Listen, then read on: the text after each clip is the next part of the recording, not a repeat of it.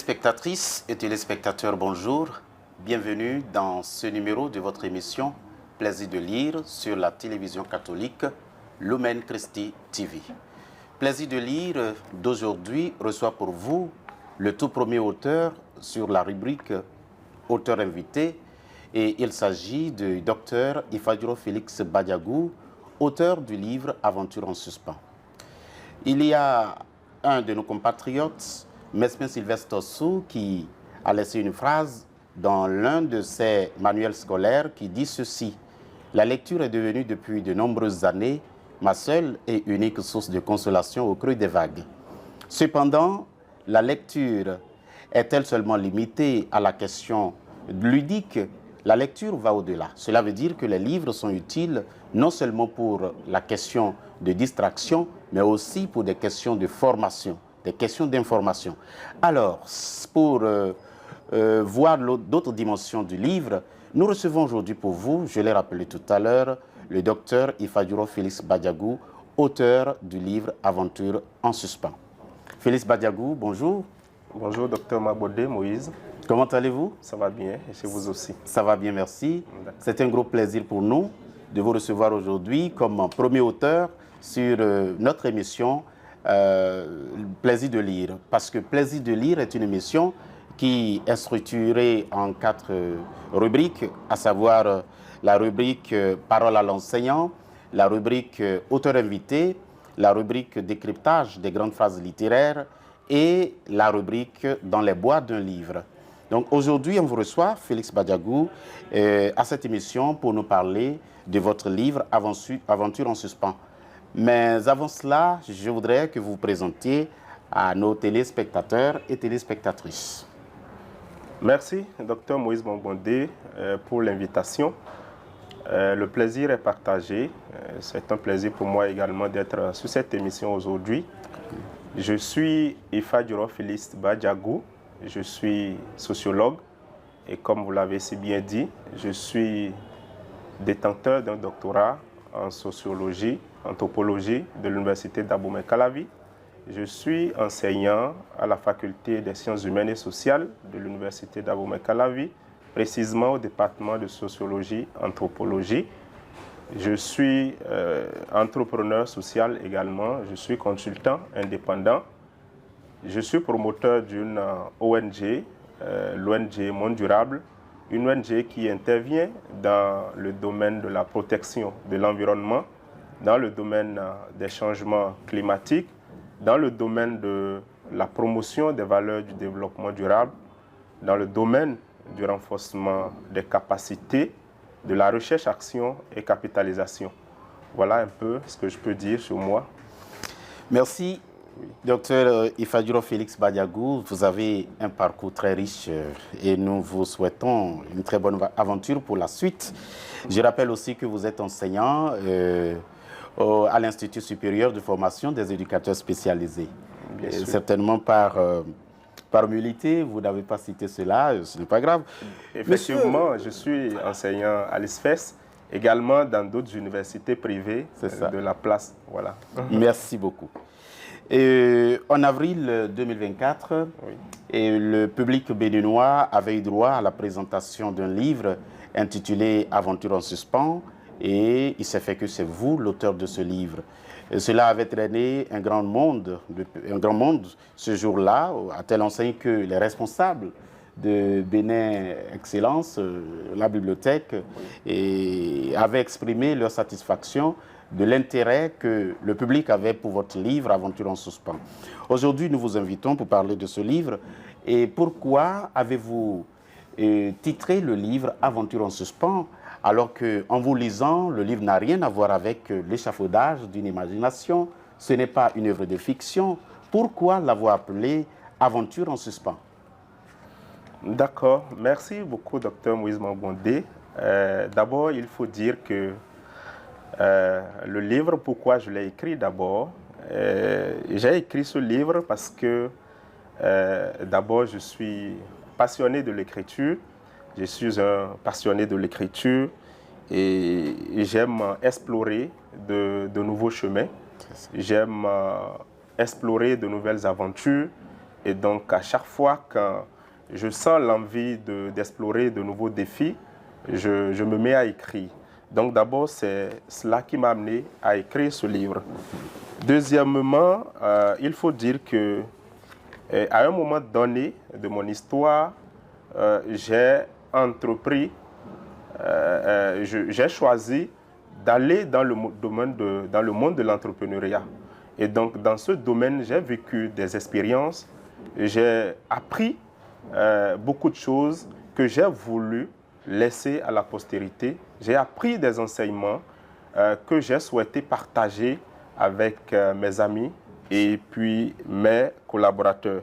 Ensuite, ou enfin, du moins, il faut dire que la rédaction ou l'édition de ce livre est une demande en réalité de mes amis et de mes anciens collaborateurs avec qui j'ai partagé ce métier d'entrepreneur que j'ai trouvé très passionnant. Donc voilà ce qui m'a motivé d'abord à écrire, à éditer ce livre intitulé Aventure en suspens. Alors maintenant, pourquoi Aventure en suspens? Très bien. Aventure en suspens parce que d'abord il faut dire que c'est une inspiration qui m'est venue comme ça, au regard du contenu du texte que je propose ou que j'avais envie de proposer au public, aux lecteurs, à mes amis et à mes anciens collaborateurs. Donc c'est une inspiration parce que, comme vous le savez, pour toute œuvre, il faut un titre. Pour tout texte d'ailleurs, il faut un titre. Et ce titre doit être bien adapté au contenu du texte ou de l'œuvre. Et donc lorsque j'ai, disons, réfléchi à plusieurs reprises, j'ai trouvé que c'est ce titre-là qui est adapté au contenu du texte que je proposais à mon public, que je proposais aux lecteurs, que je proposais à mes anciens collaborateurs. Deuxièmement, il faut dire que le titre « Aventure en suspens » est également un message que je voudrais partager, que je partage avec mes amis et mes anciens collaborateurs. Un message en ce sens que, comme je vous l'ai dit, à un moment donné, je suis entré dans le monde de l'entrepreneuriat, mais je m'étais donné un objectif et une fois l'objectif atteint, j'ai décidé de sortir de ce monde et de reprendre avec mes études. Et donc, beaucoup d'amis et d'anciens collaborateurs n'avaient pas compris le pourquoi je sortais de ce monde. Et c'est ainsi que je leur ai dit que je devrais reprendre mes études et qu'à un moment donné, à un autre moment donné, de mon histoire, je reviendrai les voir dans ce monde que j'ai trouvé aussi passionnant. Et donc, Aventure en suspens, c'est pour en réalité montrer que, voilà, c'est une aventure, ce monde d'entrepreneuriat que j'ai vécu, ce monde dans lequel j'ai vécu avec mes anciens collaborateurs, avec mes amis, que je reviendrai tôt ou tard dans ce monde après que maintenant j'ai atteint l'objectif que je m'étais fixé également dans les études. Donc voilà la deuxième raison qui explique le titre que j'ai donné à ce livre. Maintenant, pour finir, la troisième raison, c'est également Aventure en suspens. Comme vous l'avez dit, a priori, ça n'a rien à voir avec le contenu du livre en réalité, mais ça a un lien. Ça a bel et bien un lien, mais c'est pour également attirer l'attention, du public sur le fait que, voilà, c'est un livre qui est sorti et qui parle d'une aventure et qu'il faille nécessairement aller découvrir. Voilà, donc c'est en quelque sorte pour ne pas dire, voilà, genre donner du goût au lecteur, à celui qui veut bien quand même découvrir ce qui est mis dans ce livre, Aventure en suspens. Je l'ai trouvé comme un titre évocateur, un titre assez révélateur pour attirer le lecteur à y découvrir ce qui est mis. Merci, docteur Ifaduro Félix Badiagou. Je récapitule pour dire que ce livre, vous l'avez appelé Aventure en suspens parce que vous avez eu à faire des aventures dans le domaine de l'entrepreneuriat et c'était une aventure vraiment heureuse, une aventure sanctionnée par des succès. Et à un moment donné, vous avez suspendu votre collaboration avec le monde des affaires pour poursuivre vos études. Et vos collaborateurs, vos anciens collaborateurs ont demandé à ce que cette belle aventure que vous avez eue dans le domaine de l'entrepreneuriat soit mise dans un livre. Donc cela constitue la première source d'inspiration de ce livre. Il y a aussi que vous avez vu qu'il fallait effectivement partager l'expérience avec la postérité, ceux qui voudront entreprendre et savoir quelles sont les réalités du monde des affaires. Oui. C'est bien, nous allons décrypter votre livre en passant chapitre par chapitre, si le temps nous le permet. Nous allons commencer par le premier chapitre que vous avez appelé « Les prémices d'une vie d'entrepreneur ». Les prémices d'une vie d'entrepreneur, qu'est-ce que vous y mettez? Est-ce qu'il y a des éléments précurseurs pour devenir entrepreneur? Merci, Dr Mongbondé, Moïse, pour cette question. Mais avant d'y revenir, je voudrais ajouter à ce que j'avais déjà dit, parmi les motivations qui ont donné lieu à ce livre, je veux dire et que, en fait, pendant que j'étais dans le monde des affaires, j'avais commencé déjà à partager quelques expériences avec mes collaborateurs et donc des expériences, comme j'ai eu à le dire, je suis passionné de l'écriture et donc lorsque j'arrive à découvrir une expérience assez édifiante, j'essaie de le mettre sous forme d'un test que je partage avec mes collaborateurs et donc malgré ma sortie de ce monde, mes anciens collaborateurs ont continué par apprécier les tests que j'avais laissés. Par ailleurs, soit dit en passant, j'organisais aussi quelques séminaires de partage d'expériences, des séminaires au cours desquels j'invitais également d'autres entrepreneurs qui viennent partager leurs expériences. Et donc, tout ça était très bien vu de mes amis et de mes anciens collaborateurs et donc qui ont réclamé l'édition de ce livre afin qu'ils puissent le lire correctement et pouvoir posséder les idées que j'avais partagées dans les tests que j'avais laissés. Voilà. Maintenant, pour revenir à votre question sur les prémices d'une vie d'entrepreneur, voilà, il faut dire que dans ce chapitre, j'ai voulu faire savoir en réalité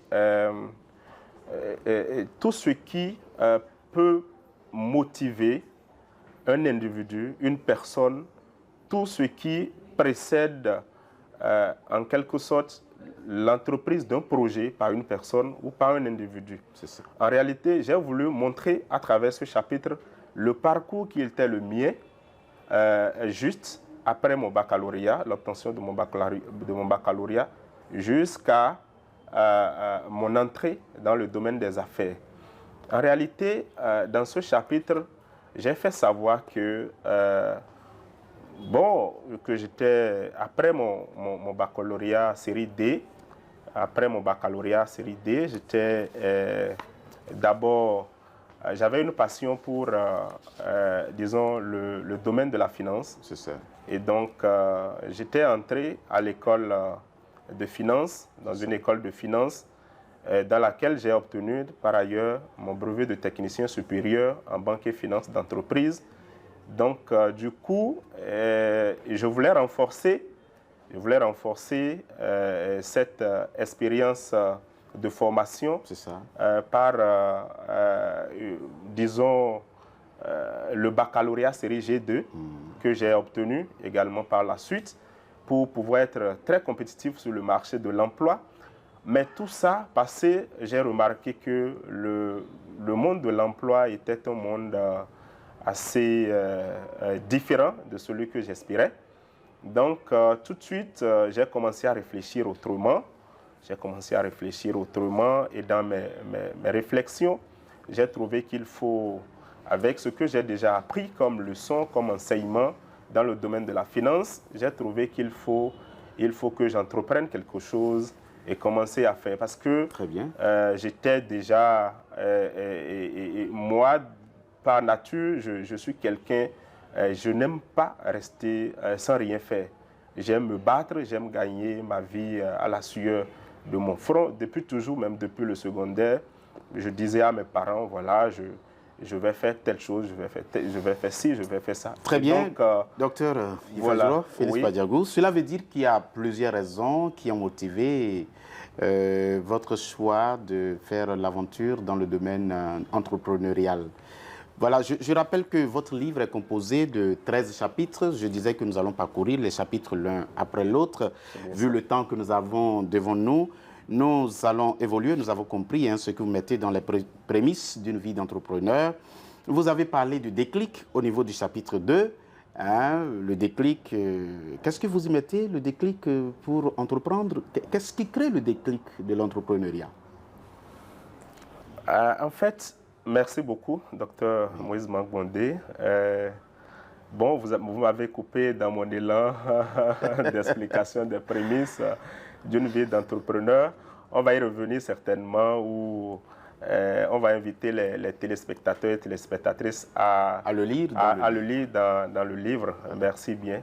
Alors, le déclic, ce que je mets dans le déclic, c'est ce qui a donné, ce qui a motivé en réalité, disons, le partage, ce qui a motivé le partage des expériences que j'ai vécues et que j'ai relatées dans le livre. C'est ça. C'est en fait ça. Voilà, parce que pour faire court, il faut dire que dans le monde des affaires, j'étais là avec un de mes collaborateurs un jour qui a voulu comprendre pourquoi je me comporte d'une manière assez sobre, différente de ceux qui, quand même, quand on les voit réussir en affaires, se comportent d'une manière, de façon désinvoltante. Voilà. Donc, mon collaborateur n'a pas compris le pourquoi malgré le petit succès que j'avais déjà, je vivais sobrement, je passais inaperçu. Et donc, c'est à partir de cet instant-là que j'ai partagé avec lui, au vu de mes expériences en lecture, parce que quand j'étais dans le monde des affaires, quand je suis entré, ou quand je voulais faire mon entrée dans ce monde, j'ai beaucoup lu sur le développement personnel. J'ai lu beaucoup d'auteurs, beaucoup de livres qui ont été écrits pour, disons, renforcer la capacité de ceux-là qui veulent entrer dans le domaine des affaires. Donc, j'ai partagé quelques expériences avec mon collaborateur qui l'a trouvé très édifiant et qui a souhaité également que je le partage avec ses pairs, donc ce que j'ai fait. Et puis, c'est après cela que vraiment, véritablement, l'aventure dans la rédaction des thèses, la rédaction ou dans le partage des expériences a véritablement commencé. Très bien, docteur Ifadjiro Félix Badiagou, merci pour ces explications, cette clarification du déclic qui est à l'origine d'abord de votre vie entrepreneuriale et de l'écriture de ce livre. Au niveau du chapitre 4, vous avez cité les 7 erreurs qu'on doit éviter quand on veut entreprendre. Yes. Et vous avez dit d'éviter les associations, d'éviter du mélange, d'éviter le capital idéal, le confort, la peur, l'impatience et l'improvisation, etc. Est-ce que vous pouvez nous dire un peu pourquoi ces 7 éléments doivent être évités? Je prends par exemple l'exemple de l'association. Il paraît qu'il faut se mettre ensemble pour réussir. Et vous dites au début de la vie entrepreneuriale qu'il faut éviter les associations. D'accord, merci, docteur, pour la question. Je voudrais rappeler que oui, j'en ai parlé de 7 dans le livre, mais la liste n'est pas exhaustive. Il peut y en avoir d'autres erreurs à compléter. Maintenant, pour revenir à votre question, il faut dire que bien avant mon entrée dans le monde des affaires, j'ai essayé des choses avec des amis et ces choses n'ont pas marché. Ces choses n'ont pas réussi. J'ai essayé de me mettre ensemble. Comme je vous l'ai dit, après mon BTS, j'ai cherché à entreprendre quelque chose tout de suite. Et puis, je me débattais dans tous les sens. J'en ai discuté avec des amis, nous avons essayé de mettre des choses en place, mais ça n'a pas marché. Quand je suis entré dans le monde des affaires également, bien que j'ai commencé à avoir de la réussite, j'ai cherché également à me mettre ensemble avec d'autres et ça n'a toujours pas marché. Ça n'avait toujours pas marché. C'est ça. Et j'ai déduit que, ensuite, en plus de l'expérience que j'ai dans la lecture, j'ai déduit que ce n'est pas facile. C'est vrai, comme vous le dites, on nous demande aujourd'hui de nous mettre ensemble pour réaliser de grandes choses, pour entreprendre. Mais je trouve que dans le contexte africain, c'est encore difficile. Cela n'est pas encore ancré dans les habitudes. C'est encore compliqué. Vous vous mettez ensemble avec vos amis, soit vous n'allez pas au bout de votre projet, soit en cours de chemin, vos amis vous lâchent parce que tout le monde n'a pas la même endurance, tout le monde n'a pas généralement la même vision des choses, tout le monde n'a pas souvent en quelque sorte, l'habitude du sacrifice, la culture du sacrifice. C'est ça. Parce que dans le monde des affaires, dans le monde entrepreneurial, il faut sacrifier beaucoup de choses. Il faut se sacrifier, il faut sacrifier son temps, il faut sacrifier son argent, il faut sacrifier presque tout pour pouvoir obtenir en retour quelque chose. Donc, tout le monde n'a pas cette habitude. Je ne dis pas, je ne refuse pas catégoriquement de s'associer, mais je demande de chercher à s'associer avec la personne idéale. C'est ça. Il faut savoir trier. Il faut voir en la personne qu'on veut associer le degré de patience, le degré de motivation, le degré de persévérance et ensuite pouvoir s'associer avec cette personne. On vous aura compris, docteur Ifadjro Félix Badiagou. J'ai une toute dernière question. Au niveau du chapitre 6 de votre livre, vous avez dit quelque chose de paradoxal. Le chapitre est intitulé « Réussir demande parfois des bêtises ». Comment? En une minute? En une minute, merci, docteur Moïse Mongwende, pour cette question. Réussir demande des bêtises parce que souvent, lorsque vous vous engagez et que vous décidez de réussir vraiment, les gens ne comprendront pas les comportements que vous développez. Par exemple, dans ce même livre, j'ai dit que parfois, j'ai failli être rejeté par ma famille. Pourquoi? Parce que, voyez-vous, lorsqu'on vous invite à des réunions de famille, il faut laisser vos affaires pour s'y rendre. Voyez-vous, alors que vous avez des engagements à honorer, vous avez beaucoup de choses à faire. Et donc, les parents ne comprennent pas souvent pourquoi vous n'avez pas le temps. La famille ne comprend pas. Par exemple, j'étais dans les affaires, mon papa ne comprenait pas pourquoi je devais aller en entreprise les dimanches, alors que c'est moi seul qui sais comment je devais me préparer pour entamer la nouvelle semaine, ce que je dois faire. Moi seul, je sais ce que, pour entrer dans cette affaire, je pourrais disposer. Je n'ai pas de l'argent, je n'ai pas quelqu'un pour me donner de l'argent. Je dispose par exemple de mon téléphone portable. Je trouve que si je vends mon téléphone portable, cela pourrait peut-être m'amener un peu de capital. Ça peut m'amener peut-être quelque chose de 50 000. Alors je vends mon téléphone et les gens ne comprennent pas pourquoi je dois vendre mon téléphone et pouvoir entreprendre avec. C'est pourquoi je dis que ça demande pouvoir des bêtises. Merci, docteur Ifadjro Félix Badiagou. Nous avons des milliers de jeunes qui nous suivent à travers cette émission, Plaisir de lire, qui vous a reçu aujourd'hui, au sujet de votre livre, Aventure en suspens. Et à travers votre mot de la fin, quel message avez-vous à envoyer à l'endroit de ces jeunes qui voudraient entreprendre, mais qui sont encore réticents? Alors, merci, docteur, pour cette question. Je dirais que, comme le disent les Occidentaux et même les Africains également, l'Afrique est encore un continent vierge. Je dirais qu'il y a encore de l'avenir dans le monde des affaires, dans le monde de l'entrepreneuriat. Je vais inviter simplement les téléspectateurs et téléspectatrices qui voudraient bien s'aventurer sur ce chemin à y croire parce que la première des choses, c'est de croire en soi. Lorsque vous ne croyez pas en vous, vous commencez quelque chose, vous n'allez pas réussir, vous n'allez pas la réussir. La première des choses, c'est qu'il faut croire en soi. Croire en soi et savoir qu'il n'y a personne qui peut le faire à votre place. Ce n'est que vous qui pouvez prendre vos propres initiatives et les réussir. Personne ne le fera à votre place. Et donc, l'avenir est encore très bon dans le monde des affaires. Et comme l'indique le titre de mon livre, c'est Aventure en suspens. C'est dire que moi également, je me prépare déjà à réintégrer encore ce monde. D'ailleurs, c'est un monde que j'ai eu du mal à quitter, que je n'ai pas quitté définitivement, parce que comme j'ai eu à le dire dans ma présentation, je suis entrepreneur social, je suis promoteur d'une ONG qui se bat beaucoup pour la protection de l'environnement, la promotion des valeurs du développement durable. Voilà ce que je peux dire.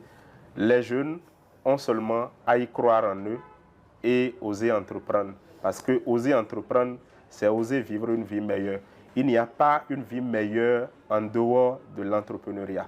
C'est une vie dans laquelle vous décidez de vos dépenses, de votre recette, de vos recettes du moins, et de tout le plaisir que vous désirez. Donc voilà. Merci. Je résume pour dire que entreprendre, c'est vouloir se libérer de toute dépendance. Et téléspectateurs et téléspectatrices, nous avons reçu aujourd'hui Dr Ifadjiro Félix Badiagou sur cette émission, auteur invité, l'une des rubriques de votre émission, émission Plaisir de lire sur Lumen Christi TV. Ifadjiro Félix Badiagou, merci d'avoir été des nôtres. Nous vous souhaitons un très bon retour chez vous. Merci, le plaisir. Merci, à la prochaine. Merci.